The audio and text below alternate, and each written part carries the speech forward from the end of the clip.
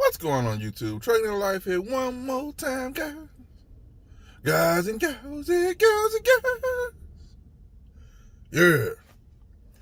Anyway, guys, this video right here is going to be about different ways intermodal work.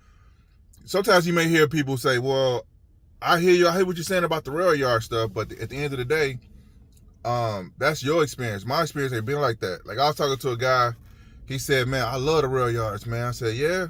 I said, what kind was you doing? He said, I was dealing with 20s and 40s. I said, yeah. I said, you was on the op? He's like, nah. I was like, you got paid by the load or something? He said, nah, I got paid by the hour. I said, okay, no wonder you love it.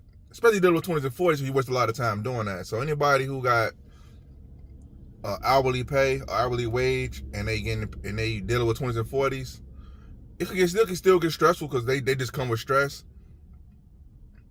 But I would say this, your stress level is not as bad as if you get paid by the mile or by the load dealing with them, because now you in a rat race. It's like when you go into the rail yard, you could tell the guys who get paid by the hour versus the guys who get paid by the load or the mile. They trying to get in, they trying to get out. They trying to get in, trying to get out.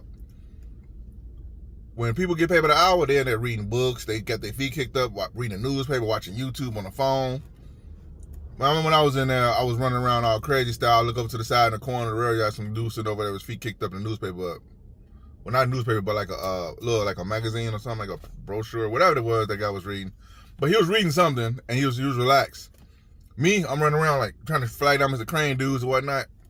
So anyway, here's a little breakdown to this, guys. No shade to the business owners or the companies I'm gonna name in this video. It ain't nothing against them. I'm just want to show you guys there's a difference. So if you get into intermodal, depends on how you get in it and what you're doing in it. It makes all the difference of your experience in it. You know what I'm saying? My experience, I never done intermodal. I got paid by the hour. Never.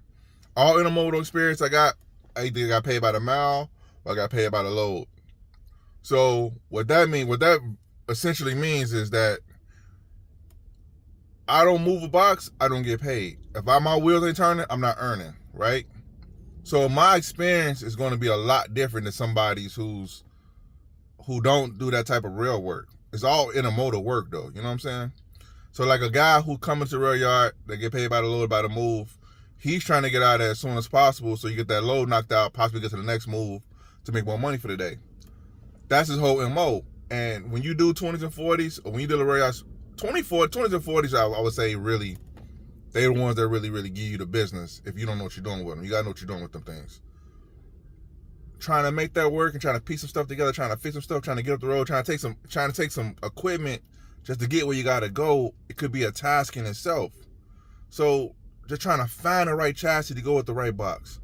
Trying to find a chassis, period. It goes from trying to find the right chassis to go with the right box versus getting desperate and say, you know, I'm finna go with a mismount because I'd rather take the fine, man, get some money for the day versus nothing, because the chassis, if it ain't no chassis to roll the box, you can't roll the box. It means no money for you. It's a race. It's a race to like get the next load off, and it's designed that way so that you could hustle up. Because if the owner operators got paid hourly to go up in there, man, it wouldn't be no rush. None of the boxes hardly move, because they're like, man, I'm sitting in my box buried in the stacks. I can't get it. My box like 16 moves in. You know, Mr. Crane dudes ain't trying to move all my boxes right away. He'll get to you last. Now, the flip side, if you're getting paid by the hour and you're dealing with 20s and 40s, yeah, your experience could be a lot different. You'll go in there. If I just come in the rail yard, it shows me logging in, I can pretend like I'm looking for some stuff, and my box is buried. I hope it is buried. Matter of fact, it's too many guys in front of me. I gotta sit here and wait. Now your company gotta make a decision, because your company is losing money, not the driver themselves. It's a different mentality. You know what? Real quick, that's the mentality of, you could tell if you ever go to a fuel island or a fuel pump, you could tell the guys who over the road versus the guys who's local who trying to get up out that jam. The ones over the road, they got their sandals on, they got their little bags, and they sit in the fuel island walking around looking like, oh man, you know, I ain't got to be to my customer till like 2 more days. So they really in a rush. Versus the guy who's local, who's trying to get up the move, even you could get paid by the hour, but when you local, you got to like multiple stops or something you got to make. You got times you got to be there by, you know what I'm saying? So you trying to hustle up, get in out the truck stop and get out, man. You trying to just get out of there. That's what I'm saying. Same thing you go in the rail yard. You can see that the people who get paid by the hour versus the people who get paid by the load or by the mile. Is it a win-win for? I guess it depends on how you look at it. You know what I'm saying? It depends on how you look at it. I don't know which one is better, because you get paid by the hour. You got to sit in there for a certain amount of time, and you got to work so much times per day to be able to make your money. Versus when you get paid by the move, you could knock out 2 or 3 moves and make like $500 in like 6 hours. Depends on how short it is. You know what I'm saying? It just depends on the ratio. So which one right, which one wrong? I don't know. But I would say this: there's different experiences when you run rail yards. Like, for example, I'm gonna use Snyder, JB Hunt. I'm gonna use them two, right? When you go to the rail yard, they got their own chassis, and they mainly haul 53. JB Hunt hauls some 40s and 20s over here where I'm at, but they big enough where they can make a couple calls and make the rail yard, make some stuff jump in the rail yard. You know what I'm saying? Get my guy out of there. You know what I'm saying? If you don't, the driver getting paid regardless of how it look. I'm just gonna say 53 foot side. But for the most part, when they come in, they got their own mechanics inside the yard. Snyder too, they got their own mechanics inside the yard that fix their chassis, so you ain't got to go deal with roadability. And as a matter of fact, not dealing with roadability, it's like you save so much time just not even dealing with the roadability. That roadability sign, you could be in there for a couple hours just in that line alone, and just for them to might tell you how to get a flip because they can't fix what you've been sitting in a long line for all that time.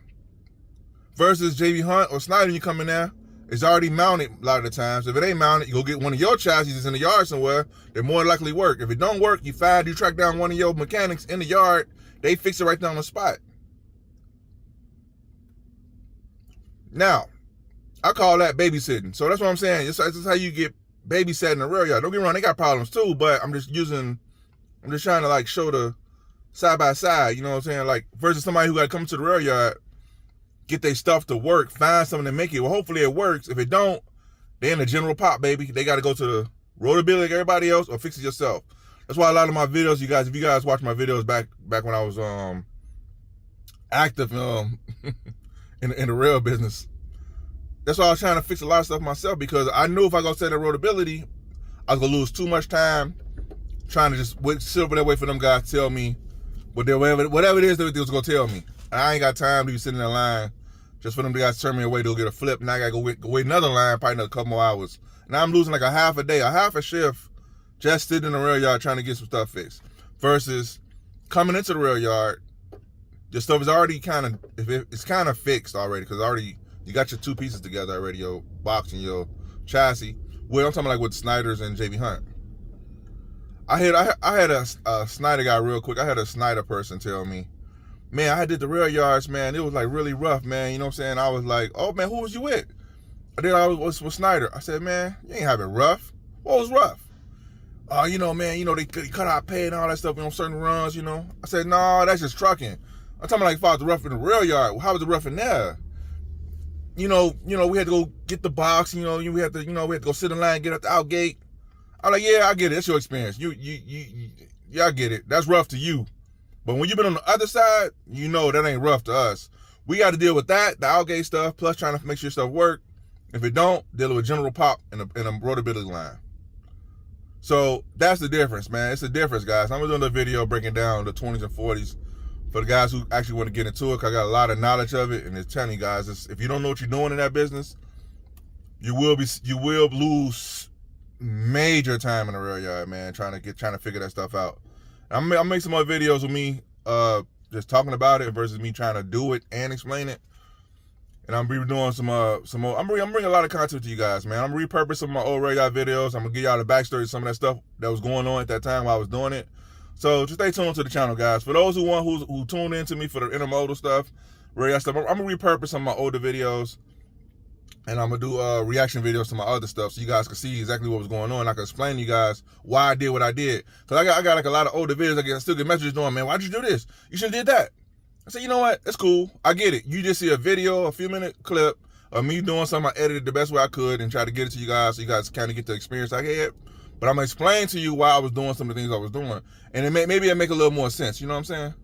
But anyway, I digress, though. So, YouTube.